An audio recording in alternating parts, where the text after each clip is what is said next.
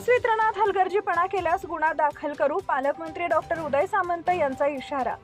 रत्नागिरी जिल्ह्यातील गॅस पुरवठा आणि वितरणाबाबत निर्माण झालेली परिस्थिती लक्षात घेता जिल्हा प्रशासनानं आता आक्रमक भूमिका घेतली आहे। गॅस वितरणात कोणत्याही प्रकारचा गैरव्यवहार किंवा जाणीवपूर्वक दिरंगाई खपवून घेतली जाणार नाही।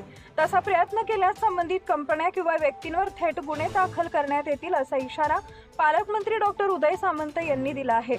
जिल्हा परिषदेमध्ये आज गॅस कंपन्या, वितरक, हॉटेल व्यावसायिक उद्योजक यांची बैठक झाली।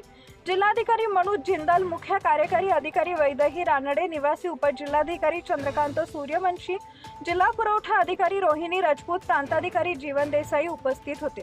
या अधिकाऱ्यांच्या उपस्थितीत पार पडलेल्या महत्त्वपूर्ण बैठकीत हा निर्णय घेण्यात आला। शासनाकडून आलेल्या 13 मार्च रोजीच्या मार्गदर्शक तत्वानुसार गॅस वितरणाचे निकष ठरवण्यात आले।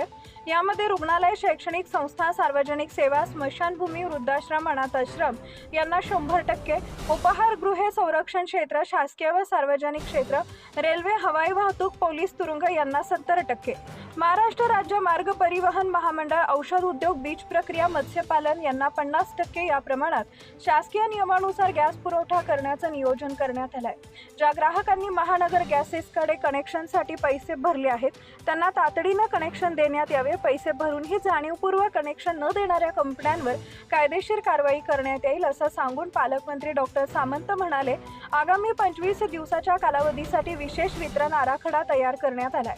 पुरवठा सुरळीत करताना कुठेही गर्दी होणार नाही आणि वितरणात पारदर्शकता राहील याची दक्षता घेण्याच्या सूचना पालकमंत्र्यांनी दिल्या।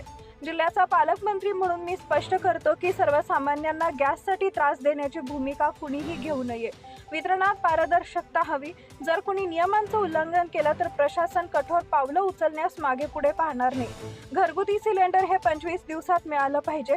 वितरकांनी तसे नियोजन आणि बदल करावे। महानगर गॅसनं ज्यांचे पैसे भरून घेतले त्यांना जोडणी दिली पाहिजे।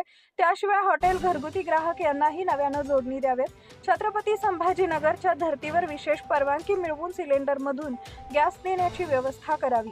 हॉटेल धारक, उद्योजक यांनी प्राधान्यक्रम यादी ठरवून ती प्रशासनाकडे द्यावी, त्याप्रमाणे वितरण केलं जाईल। प्रांतांनी महानगर गॅस कंपनीची बैठक घ्यावी। किती जोडणी प्रलंबित आहे, जिथं पाईप लाईन पोहोचली आहे तिथं वार फुटिंगवर जोडण्या देणे, घनकचऱ्यापासून बायोगॅस प्रकल्प उभा करणे याबाबत आढावा घ्यावा, अशा सूचनाही पालकमंत्र्यांनी दिल्या आहेत।